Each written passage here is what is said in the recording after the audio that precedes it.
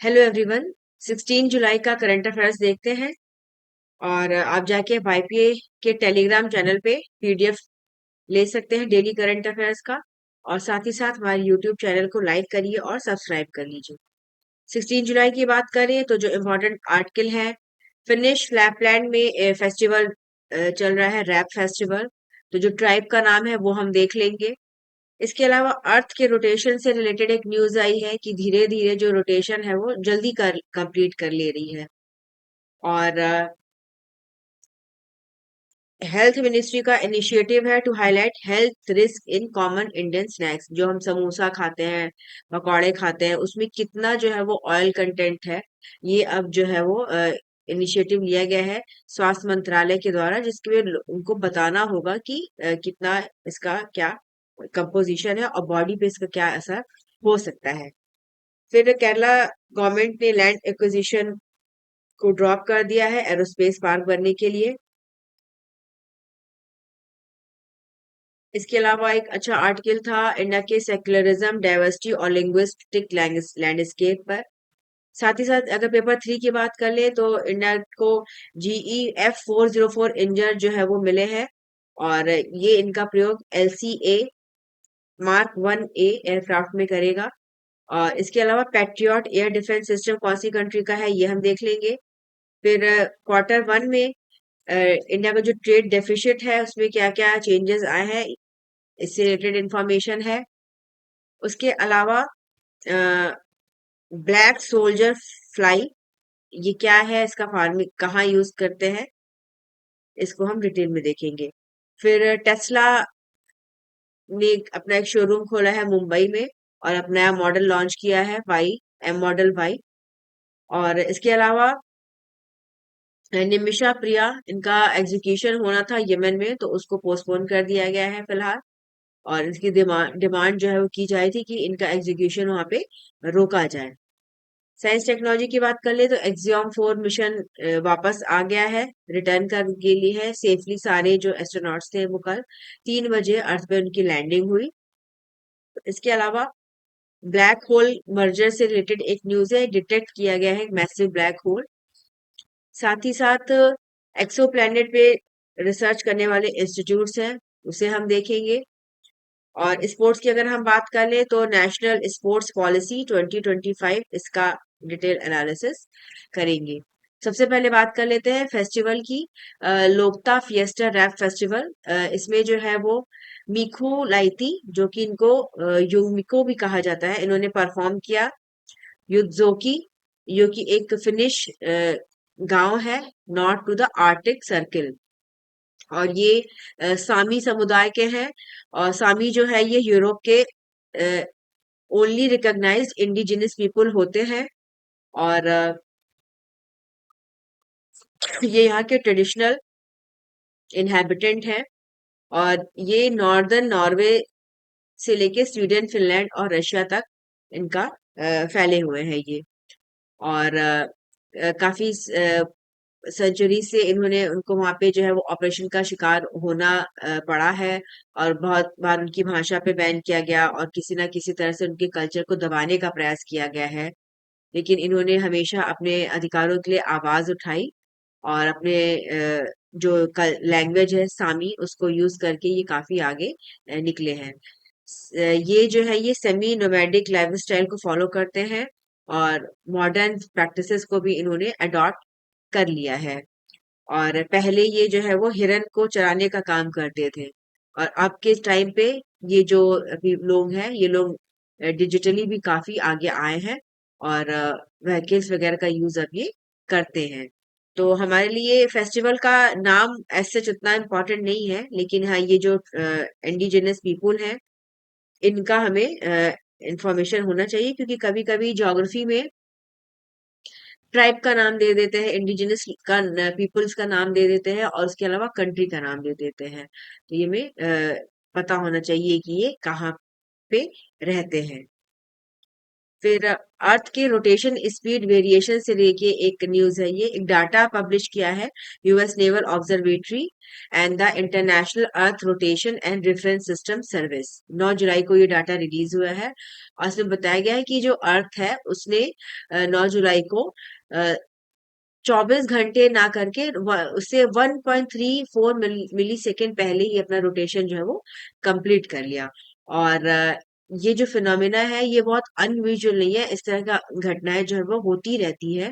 और माना जा रहा है कि पिछले जो दशक है उसमें जो एवरेज डे है वो कम होता गया है, उसकी जो लेंथ है वो 24 घंटे पूरा वो नहीं रहती है। और इसके लिए जो रोटेशन स्पीड है और अर्थ का जो कोर है, एटमॉस्फेरिक चेंजेस है, साथ ही साथ जो चंद्रमा की पोजीशन है, उन सब की वजह से ऐसा देखने को मिलता है। और मून की ग्रेविटेशनल पुल की बात करें तो ये रिस्पॉन्सिबल होता है टाइडल चेंजेस के लिए भी अर्थ पे। और टाइडल करंट्स जो है वो ओशन को गर्म करती है, एनर्जी उससे रिलीज होती है और इससे जो अर्थ का रोटेशन है ये स्लो होता है। तो अर्थ के रोटेशन पे भी कई बार पूछा जा चुका है पेपर्स में कि earth rotation is subject to variety of influence, इसमें बहुत सारी चीजों का प्रभाव पड़ता है, इंटरनल फैक्टर्स का भी और एक्सटर्नल फैक्टर्स का भी। इंटरनल फैक्टर्स जैसे कि जो अर्थ के अंदर जो है वो मॉल्टन फॉर्म में आयरन वगैरह मौजूद है, तो उसका इम्पैक्ट पड़ता है, मैग्नेटिक फील्ड का उसकी वजह से जनरेशन होता है और इससे जो मूवमेंट ऑफ इनर्शिया है उसमें तब्दीली आती है। साथ ही साथ जो एटमॉस्फेरिक प्रेशर्स होते हैं उनका भी इम्पैक्ट पड़ता है। तो ये जो यूएस नेवल ऑब्जर्वेटरी है ये एक साइंटिफिक एजेंसी है और ये एस्ट्रोनॉमिकल डाटा प्रोवाइड करने का काम करती है to the United States Department of defence.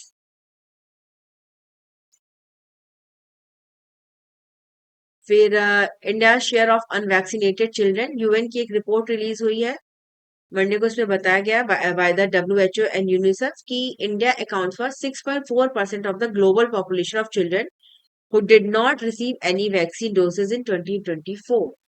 कि भारत में करीब 6% से ज्यादा की जो बच्चों की संख्या है वो है जिनको किसी भी प्रकार का कोई वैक्सीन नहीं लगा है 224 के मुताबिक। और अगर हम बात कर ले तो डब्ल्यूएचओ एक एजेंसी है जो कि all over world international health public health के लिए जो है वो काम करती है, रिस्पॉन्सिबल है उसके लिए।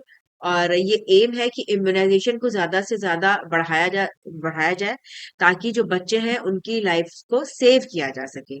तो अगर कहीं ना कहीं वैक्सीनेशन में कमी आती है तो उससे इम्यूनाइजेशन इफेक्ट पड़ेगा और उसका असर आगे आने वाले टाइम में देखने को मिलेगा। तो ये एक थोड़ी-सी चिंता की बात रहती है। जीएस पेपर 2 की बात कर लें तो हेल्थ सेक्टर में मिनिस्ट्री ऑफ हेल्थ ने सारे गवर्नमेंट डिपार्टमेंट्स को इंस्ट्रक्ट किया है कि वो डिस्प्ले करें oil, sugar and trans fat content का क्या ये जो कॉमन इंडियन स्नैक्स है जैसे कि जलेबी, समोसा, वड़ा पाव, लड्डू, इनका क्या प्रभाव पड़ता है। और इसका एम है कि लोगों को जागरूक बनाना कि इन सब चीजों को खाने से क्या क्या हेल्थ रिस्क होते हैं, क्या क्या पॉसिबिलिटीज हैं कि इनको इस तरह की बीमारियां होंगी, डायबिटीज होगा और हार्ट पे इसका असर पड़ेगा, लिवर पे क्या इम्पैक्ट पड़ेगा। तो सारे डिपार्टमेंट्स को भी डिस्प्ले करना होगा। इसके पहले सीबीएसई ने एक स्टार्ट किया था कार्यक्रम जिसके तहत जो भी सीबीएसई से एफिलिएटेड स्कूल है उन्हें भी शुगर बोर्ड्स बनाने पड़ेंगे और उन शुगर बोर्ड्स पे मेंशन होगा कि कितना जो भी सॉफ्ट ड्रिंक्स हैं, जूसेस हैं, स्नैक्स हैं, उनमें कितना शुगर कंटेंट है ताकि बच्चों को इन्फॉर्मेशन रहे, ये बच्चे देखें तो उन्हें पता रहे कि ये चीजें खाना कंज्यूम करना हमारे हेल्थ के लिए अच्छा नहीं है। तो ये ज्ञान बढ़ाने के लिए ये काफी एक अच्छा इनिशिएटिव है। और अगर हम नेशनल फैमिली हेल्थ सर्वे के डाटा की बात करें तो इंडिया में ओबेसिटी रेट जो है वो लगातार बढ़ रहा है और पुरुषों में ये बढ़ के 24% तक हो गया है और महिलाओं की अगर बात करें तो 2005-6 में ये 12 के लगभग था, 12% और 19 और 21 में 23% हो गया है। और चूंकि ये जो स्नैक्स खाते हैं हम, इसमें ऑयल और शुगर बहुत ज्यादा मात्रा में रहता है। तो और बहुत सारे लोग होते हैं जिनको उतनी इन्फॉर्मेशन नहीं होती है, तो फोकस यही है कि ज़्यादा से ज़्यादा लोगों का ध्यान इस तरफ आकर्षित किया जाए कि क्या जो पैकेट फूड है वो कितने अनहेल्दी हैं और इन्हें कंज़्यूम नहीं किया जाना चाहिए ज़्यादा अमाउंट में, क्योंकि हमारे हेल्थ के लिए काफ़ी नुकसानदायक होते हैं। और इसके अलावा एफएसएसएआई से रिलेटेड इसमें इंफॉर्मेशन दी गई है कि एफएसएसएआई ये रिस्पॉन्सिबल होता है for setting standards for food food article, और और इनका storage, manufacture, distribution, sale, import कैसा होगा, सेफ्टी क्या-क्या नॉर्म्स रहेंगे, कि जो भी हम इंपोर्ट कर रहे हैं चीजें, उनका जो हेल्थ पे क्या इम्पैक्ट पड़ता है, ह्यूमन कंजम्पशन के लिए वो कितने अच्छे हैं। तो ये सारे जो स्टैंडर्ड्स मेंटेन करने का काम है, ये एफएसएसएआई के द्वारा किया जाता है। फिर कर्नाटका गवर्नमेंट ने land acquisition for aerospace park, इसको जो है अभी फिलहाल के लिए रोक लगा दी गई है। और देवनहल्ली तालुक में, जो कि केम्पेगौड़ा इंटरनेशनल एयरपोर्ट के पास है, उसके आसपास के 13 विलेजेस से जो है वो 1777 एकड़ का लैंड एक्वायर करना था। और इसकी इसका जो है वो किसानों के द्वारा विरोध हो रहा था काफी वर्षों से, 2-3 साल हो गए थे इसको। तो अभी उन्होंने पूरा मार्च पास्ट किया, और उसी के चलते जो चीफ मिनिस्टर है उन्होंने अनाउंस किया है कि अभी फिलहाल के लिए फार्मर्स के प्रोटेस्ट को देखने के लिए जो लैंड एक्विजिशन है उसको फिलहाल के लिए रोक लगा दी गई है। और माना जा रहा है कि इस एरिया में जो है वो एरोस्पेस पार्क बनेगा। लैंड एक्विजिशन काफी विवादास्पद रहता है, क्योंकि इसमें राइट टू फेयर कंपनसेशन की बात होती है। तो इंडिया की अगर हम बात कर लें तो यहाँ पे जो लैंड एक्विजिशन है वो गवर्न होता है the right to fair compensation and transparency in land acquisition, rehabilitation and resettlement act 2013 के द्वारा। और ये जो एक्ट है ये मैंडेटरी करता है कि अगर किसानों से जमीनें ली जाती है तो उनको फेयर कंपनसेशन देना होता है, उन्हें रिहेबिलिटेट करना होता है और रीसेटल करना पड़ता है, ताकि अ, जो लैंड एक्विजिशन प्रोजेक्ट होने की वजह से उनकी जिंदगी में प्रभाव पड़ा है, उसकी जो निगेटिव इम्पैक्ट है उनको कम किया जा सके। और इसको लेके अक्सर विवाद हो जाता है कि जो भी सरकार जो है वो कॉम्पनसेशन दे रही है वो उचित है कि नहीं। तो टाइम टू टाइम पे अब नए प्रोजेक्ट्स को बनाने के लिए जमीन एक्वायर करना जो है वो जरूरी होता है। तो ये एक थोड़ा सा इशू हमेशा रहता है। तो फिलहाल के लिए कर्नाटका ने इसको अभी रोक लगा दिया है। फिर India secularism, diversity and linguistic landscape, ये एक आर्टिकल है जिसमें कि बताया गया है कि हाल फिलहाल के दिनों में जो कम्युनल टेंशन बढ़ा है, जो वायलेंस बढ़ा है, अ, उसका क्या इम्पैक्ट है, और इंडिया का जो सेक्युलरिज्म है उसका क्या कॉन्सेप्ट है, वेस्टर्न कल्चर से ये कितना अलग है। इस तरह की इसमें सारी बातें बताई गई हैं। और इसे बोला गया है कि वेस्टर्न मॉडल जो है वो कंप्लीट सेपरेशन करता है स्टेट का और रिलीजन का, और विदाउट क्रिटिसाइजिंग रिलीजियस बिलीफ, की जो वेस्ट कल्चर की बात कर ले तो रिलीजन से और जो गवर्नेंस है उसको बिल्कुल ही अलग रखा जाता है। इंडिया का जो सेकुलरिज्म है उसका कंसेप्ट थोड़ा सा डिफरेंट है। इंडिया का जो कॉन्स्टिट्यूशन है ये इनकॉर्पोरेट करता है रिलीजियस फ्रीडम को। आर्टिकल 25 से लेके 28 तक जो है वो राइट टू रिलीजन है। और इसमें जो हमारा जो मेन जो प्रिंसिपल है वो है टॉलरेंस का, इक्वालिटी का, कि हर इंसान को ये फ्रीडम होनी चाहिए कि वो अपने मत के अनुसार, अपने व्यू के अनुसार प्रैक्टिस करे, प्रोफेस करे, और अपना जो रिलीजन है उसको प्रोपोगेट करे। और स्टेट का कोई ऐसा रिलीजन नहीं है। तो इंडिया एक ट्रूली सेक्युलर कंट्री है जो कि जो सभी धर्मों को जो है बढ़ाने का काम करती है। धर्म समभाव के आधार पे हमारा कंट्री जो है चलता है। साथ ही साथ लैंग्वेज का भी यहाँ पे इशू रहता है कि लैंग्वेज, बहुत सारी बोलियां बोली जाती है, बहुत सारी भाषाएं हैं। और अभी हाल फिलहाल को हम देखें तो एनईपी को लेके विवाद है, कि जो गवर्नमेंट है, और अभी महाराष्ट्र की बात कर ले तो वहां पे हिंदी को लागू किया गया था और मैंडेटरी किया गया था प्राइमरी लेवल तक हिंदी को पढ़ाने को, जिसको लेके विवाद गहराया तो सरकार ने अपना ऑर्डर वापस ले लिया। तो लिंग्विस्टिक डाइवर्सिटी भी यहाँ पे बहुत ज्यादा है। लैंग्वेजेस की अगर हम बात करें तो 8 शेड्यूल है जो कॉन्स्टिट्यूशन का, उसमें 22 लैंग्वेजेस हैं। और 343 के अंतर्गत आर्टिकल 343 के अंतर्गत हिंदी को जो है वो देवनागरी स्क्रिप्ट में ऑफिशियल लैंग्वेज माना गया है यूनियन का। और स्टेट अपना कोई भी अलग ऑफिशियल लैंग्वेज चूज कर सकते हैं। और लिंग्विस्टिक माइनॉरिटीज की बात करें तो आर्टिकल 29 प्रोटेक्ट करता है right of minority groups to preserve their language, script और कल्चर। तो ये है इंडिया का कॉन्सेप्ट। और इसमें बताया गया है डाटा कि 2011 के सेंसस में पाया गया था कि इंडिया में 121 लैंग्वेजेस हैं और 220 मदर टंग्स हैं। तो इंडिया का अगर हम देखें तो बहुत ही वाइड है डाइवर्सिटी। हर तरीके से कई धर्म के लोग भी यहाँ रहते हैं, कई भाषाओं के लोग यहाँ रहते हैं। कुछ ही दूर जाने पे आपको अलग अलग कल्चर, अलग अलग चीजें जो है वो देखने को मिलती हैं। तो इसमें कहा गया है कि कैसे अ, तमिलनाडु में जो है वो द्रविड़ मूवमेंट चला जिसमें कि हिंदी के इम्पोजिशन का विरोध किया गया। साथ ही साथ महाराष्ट्र में भी ये हमेशा से एक सेंसिटिव इशू रहा है और नॉन मराठा पीपुल को लेके भी वहाँ पे विवाद अक्सर होता रहता है। और पॉलिटिकल पार्टीज जो है इन पे रिस्पॉन्सिबिलिटी है कि इंडिया की जो डाइवर्सिटी है उसको जो है वो प्रोटेक्ट करें और उसको बचाएं और किसी तरह का विवाद लोगों में ना हो। तो ये हमारे ये जो 8th शेड्यूल है और कौन कौन सी भाषाएं हैं ये हमारे लिए काफी इम्पोर्टेंट हो जाता है। और एग्जाम में अक्सर जो अमेंडमेंट्स हुए हैं रिलेटेड टू लैंग्वेज चेंज वो पूछे भी जा चुके हैं कि कौन से अमेंडमेंट एक्ट के द्वारा कौन सी भाषाएं ऐड की गई हैं। तो इस तरह से इस पे क्वेश्चन हमारे से प्रीलिम्स में पूछे जाते हैं। पेपर 3 से रिलेटेड डिफेंस एंड सिक्योरिटी का एक इंफॉर्मेशन है कि इंडिया ने सेकेंड जनरेशन F404 इंजन इसको मिला है यूनाइटेड स्टेट्स से अपने light combat aircraft mark 1A fighter jet programme के लिए। और HAL को ये डिलीवरीज मिलेंगी इन इंजन्स की और इनका ये यूज करके अपना जो एयरक्राफ्ट है उनको बनाएगा। और माना जा रहा है कि HAL को 12 और GE404 इंजन जो है वो इस साल के अंत तक मिल जाएंगे और इन इंजन्स को LCA mark 1A fighter jets में फिट किया जाएगा। और अपनी जो क्षमता है हर तरह से हमें उसको बढ़ाना है डिफेंस के क्षेत्र में, क्योंकि इंडिया की बात कर लें तो पाकिस्तान, चाइना हमेशा यहाँ से जो है वो थ्रेट बना रहता है। तो इसी दिशा में ये एक कदम है कि हमारी जो आर्म फोर्सेस है वो और भी स्ट्रांग हो जाएं।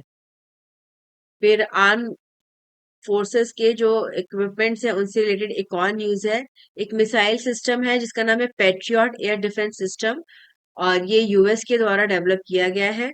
और जर्मनी ने बोला है कि इनकी मीटिंग होगी यूएस के डिफेंस सेक्रेटरी के साथ और वहां पे डिस्कस करेंगे कि क्या जर्मनी जो है वो अमेरिका का जो पैट्रियट एयर डिफेंस सिस्टम है उसको यूक्रेन के लिए फाइनेंस कर सकता है।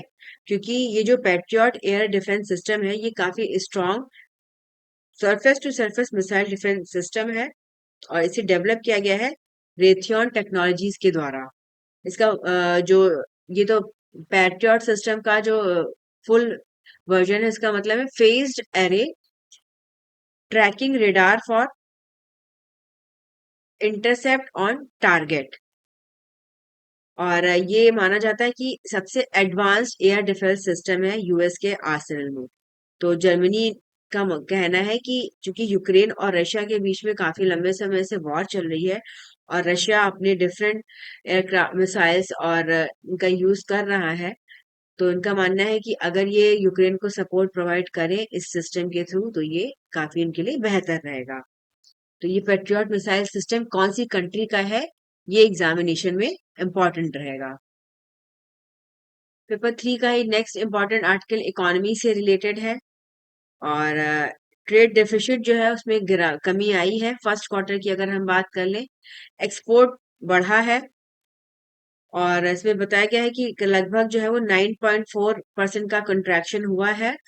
और पहले क्वार्टर की बात कर ले करंट फाइनेंशियल ईयर के तो उसमें जो है वो जो ट्रेड डेफिसिट है वो घट के $20.3 बिलियन का हो चुका है। और माना जा रहा है कि ये जो ग्रोथ हुई है ये प्राइमरली जो है वो ड्रिवन बाय है 11% सर्ज इन सर्विसेज एक्सपोर्ट, कि हमारा जो सर्विस में सेक्टर में जो एक्सपोर्ट होता है वो इस दौरान काफी बढ़ा है। और ये डाटा रिलीज किया गया ministry of commerce and industry के द्वारा ट्यूसडे को, कि बताया गया कि इंडिया का जो टोटल एक्सपोर्ट है उसमें बढ़ोतरी हुई है और ये लगभग 210 बिलियन डॉलर के लगभग पहुंच चुका है। और साथ ही साथ इसमें जो है वो बढ़ोतरी हुई है प्रीवियस फाइनेंशियल ईयर के कंपैरिजन में। और ऑल टाइम हाई अगर हम बात कर ले तो इंडिया का जो टोटल एक्सपोर्ट है वो ऑल टाइम हाई रहा 825 बिलियन डॉलर का लगभग इन फाइनेंशियल ईयर 24-25।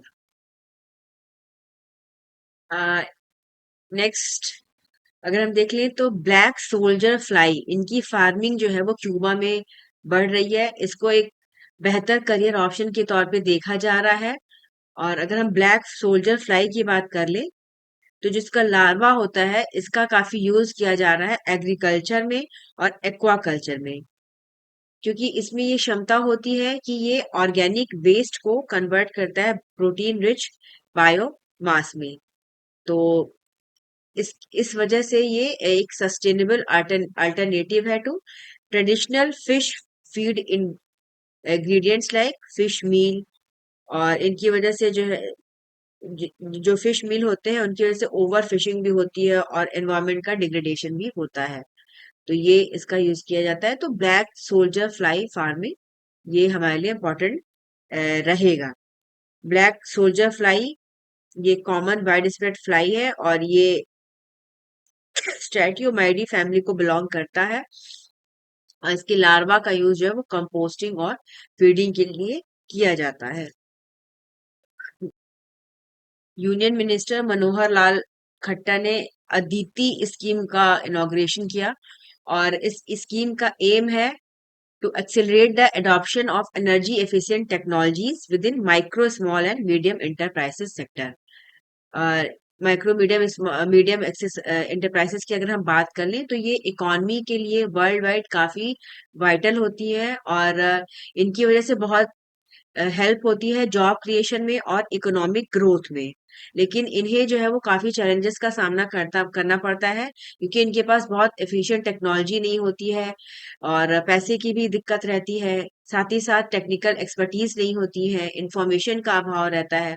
तो इसलिए इस सेक्टर को और ज्यादा ग्रोथ करने के लिए गवर्नमेंट के द्वारा ये अदिति स्कीम जो है वो ले आई गई है, ताकि जो एमएसएमई सेक्टर है ये अपने फुल्ली पोटेंशियल के साथ वर्क कर सके।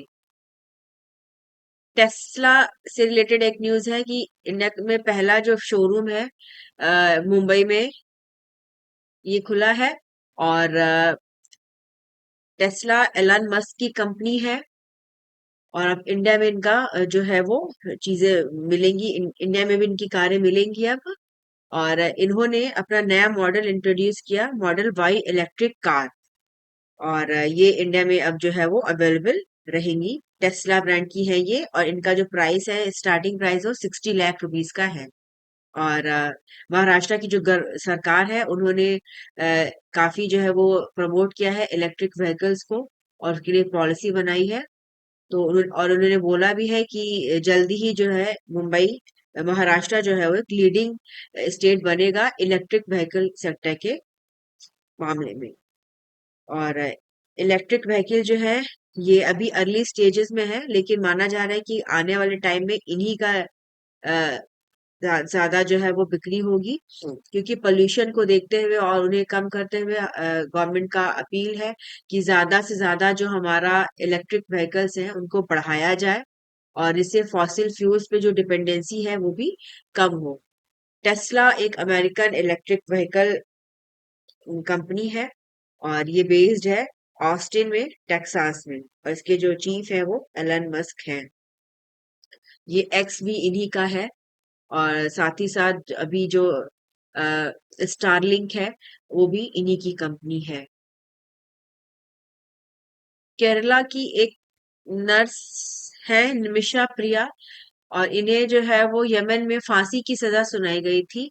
तो इसको लेके उनके जो घर वाले हैं और लोग अपील किए हुए थे, सरकार भी इसमें काफी प्रयास थी, क्योंकि ये भारत की है, कि इनको जो फांसी की सजा है वो ना हो। तो अभी फिलहाल के लिए इसको पोस्टपोन कर दिया गया है यमन के द्वारा। और ब्लड, अभी इसमें पता नहीं चला कि किस तरह से निगोशिएशन हुए हैं, लेकिन वहां पे एक ऑप्शन होता है ब्लड मनी, जिसके तहत ये बातें जो है वो शायद रोकी गई है। ये जो नर्स है निमिषा प्रिया, इन्हें 2018 में वहां पे मौत की सजा सुनाई गई थी, क्योंकि इन्होंने इसके पूर्व जिनके बिजनेस पार्टनर थे 2017 में उनका मर्डर कर दिया गया था, उनको उनको दोषी पाया गया था। तो यमन की अगर हम बात करें तो यमन के जिस क्षेत्र में हुतीस का गवर्नमेंट है, वहां में इनको ट्रायल में जो है वो फांसी की सजा दी गई थी। और जो इंटरनेशनली रिकॉग्नाइज गवर्नमेंट है यमन की, वो अदेन से जो है वो ऑपरेट होती है। तो भारत की तरफ से प्रयास किए जा रहे थे कि इनकी जो फांसी की सजा है उस पर रोक लगा दी जाए। और तो ये इंडिया की नर्स है निमिषा प्रिया। एक्सियम मिशन 4 रिटर्न कर चुका है। 18 दिन इंटरनेशनल स्पेस सेंटर पे बिताने के बाद 4 एस्ट्रोनॉट्स जो हैं जो गए थे यहाँ से इंटरनेट आईएसएस के लिए, वो वापस आ चुके हैं। और इसमें इंडिया के शुभांशु शुक्ला भी है ग्रुप कैप्टन। अ, और इन्हें सेलेक्ट किया गया है इंडिया के गगनयान मिशन के लिए, तो ये भी वहां गए थे। और कल 3 बजे के लगभग ये अर्थ पे इन लोगों ने लैंडिंग किया। जो ड्रैगन कैप्सूल है वो वापस आया। और मेडिकल क्रू की हेल्प से इनको जो है वो स्पेसएक्स रिकवरी वेसल जिसका नाम है शेनॉन, उससे बाहर निकाला गया है। और ये जो मिशन था इसको माना जा रहा है कि काफी सक्सेसफुल रहा, और इसमें बहुत सारे एक्सपेरिमेंट्स जो है वो किए गए हैं। और इंडिया के शुभांशु शुक्ला के साथ साथ जो 3 और लोग गए थे इनके साथ मिशन पे, उनका नाम है Peggy Whitson, mission specialist Slawosz Uznanski Wisniewski जो कि पोलैंड के हैं, और तिबोर कापू ये हंगरी के हैं। तो ये 4 लोग गए थे। और ये मिशन जो है वो 25 जून को लॉन्च हुआ था काफी डिले के बाद। और जो क्रू है उसने पूरा 320 ऑर्बिट लगाए हैं अर्थ के, और लगभग जो है वो 8.4 मिलियन माइल जो है वो स्पेस फ्लाइट की है इनके मुताबिक। साथ ही साथ 60 रिसर्च एक्टिविटीज हुई है वहां पे। और माना जा रहा है कि इंडिया का जो गगनयान मिशन है जिसके तहत भारत अपने एस्ट्रोनॉट्स को भेजेगा, तो ये उसी उसी के ध्यान में रखते हुए इंडिया ने अपना शुभांशु शुक्ला को भेजा था। और एक्सॉम स्पेस की बात कर लें तो एक प्राइवेट कंपनी है जो कि वर्ल्ड का पहला कमर्शियल स्पेस स्टेशन बना रही है। और इनका एम है ह्यूमन प्रेजेंस को स्पेस में बढ़ाना, और साथ ही साथ अर्थ पे लाइफ को इम्प्रूव करना। तो 18 दिनों की सफलता के बाद ये वापस आ गए हैं सारे मेंबर्स। फिर एक मैसिव ब्लैक होल मर्जर का डिटेक्शन हुआ है। और साइंटिस्ट ने बताया है कि international collaboration of scientist announce the discovery of massive black hole merger. इसको नाम दिया गया है GW231123।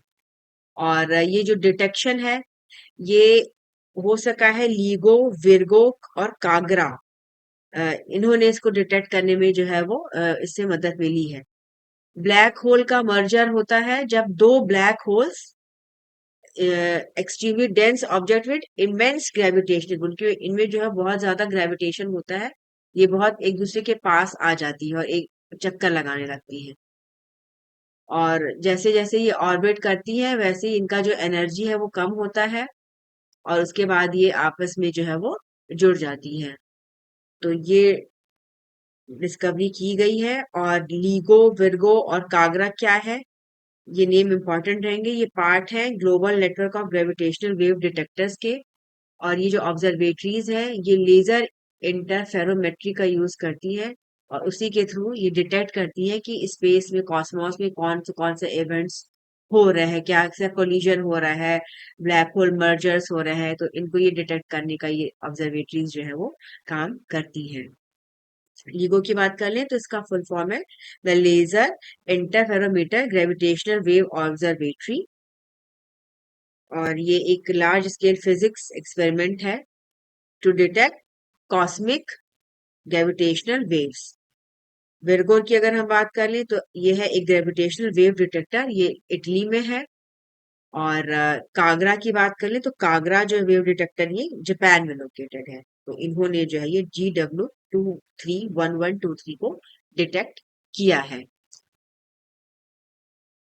और इसके अलावा एक और साइंस टेक से रिलेटेड इंफॉर्मेशन निकली थी कि project large interferometer for exoplanets life और हैबिटेबल वर्ल्ड ऑब्जर्वेटरी। और इनका एम है to observe earth like planets, मतलब इनका ये खोज रहे हैं कि क्या अर्थ की तरह के और प्लैनेट्स हैं आउटर स्पेस में, और उस पे ये रिसर्च कर रहे हैं। तो लाइफ और HWO प्रोजेक्ट ये एनालाइज कर रहे हैं कि एक्सो प्लैनेट्स कैसे है, क्या प्रेजेंस हो सकता है वाटर ऑक्सीजन का, लाइफ की क्या संभावना है आउटर स्पेस में। एक्सो प्लैनेट्स की बात कर लें तो ये वैसे ये वो प्लैनेट्स होते हैं जो कि हमारा जो जो सन है उसके चारों तरफ 8 प्लैनेट जो है वो घूमते रहते हैं। और एक्सो प्लैनेट्स वो होते हैं जो कि सन के अलावा किसी और स्टार के चारों तरफ जो है वो चक्कर लगाने का काम करते हैं। तो ये जो भी लाइफ है या HW है, ये सारी चीजें हैं जो ये खोजने का काम कर रही है, पता लगाने का काम कर रही है कि क्या और भी संभावनाएं हैं आउटर स्पेस में लाइफ की, जीवन कहाँ कहाँ पे है। क्योंकि अगर ये पता लगा लेंगे तो ये आगे आने वाले भविष्य के लिए काफी महत्वपूर्ण हो जाएगा। फिर स्पोर्ट्स पॉलिसी से रिलेटेड एक आर्टिकल निकला है ना, कि एनालिसिस की गई है कि नेशनल स्पोर्ट पॉलिसी 2025 कैसी है, इसका क्या एम है। तो जो ये पॉलिसी है कभी कभी मेंस में पूछ सकते हैं, तो इसको हम देख लेते हैं कि क्या है। इसका जो फाउंडेशन है वो इसके लिए है कि इंडिया में जो स्पोर्ट्स है उसको ज्यादा से ज्यादा ग्रो किया जाए, मॉडर्न स्पोर्ट इकोसिस्टम के साथ इसको जोड़ा जाए, मेन स्ट्रीम स्पोर्ट को पूरे कंट्री में बढ़ावा दिया जाए। और इसके लिए जो गवर्नमेंट है वो जो स्पोर्ट्स से जुड़ी हुई जो इंस्टीट्यूट्स हैं उनको जो है वो सपोर्ट प्रोवाइड कर रही है। इंडिया चाहता है कि इंडिया जो है 2026 में ओलंपिक्स को होस्ट करे, साथ ही साथ कॉमनवेल्थ गेम्स भी होंगे यहाँ पे 2030 को। तो जो हमारा मेडल है वो ज्यादा से ज्यादा आए, इसके लिए जो है वो गवर्नमेंट जो है प्रयासरत है कि स्पोर्ट्समैन को ज्यादा से ज्यादा सुविधा प्रोवाइड की जाए, उनको प्रॉपर न्यूट्रिशन प्रोवाइड, उनकी परफॉर्मेंस में इम्प्रूवमेंट की जाए, और आर्थिक सहायता दी जाए, ताकि ज्यादा से ज्यादा जो यूथ है उनका झुकाव जो है वो स्पोर्ट्स की तरफ हो और उससे इंडिया को फायदा होगा। तो ये जो पॉलिसी है इसका यही एम है कि किस तरह इंडिया में स्पोर्ट्स के क्षेत्र में भी जो है वो ग्रोथ हो, और हमारा जो विकसित भारत का लक्ष्य है उसमें उस तक पहुंचने में हम चाहते हैं कि हमारा स्पोर्ट्स भी जो है वो उचित रूप से विकसित हो। तो ये आज की सारी इम्पोर्टेंट इंफॉर्मेशन थी। आप हमारे चैनल को ज्वाइन कर लीजिए, और टेलीग्राम पे इसका लिंक आपको मिल जाएगा, PDF मिल जाएगा, और साथ ही साथ यूट्यूब पे चैनल को लाइक करिए और सब्सक्राइब करिए।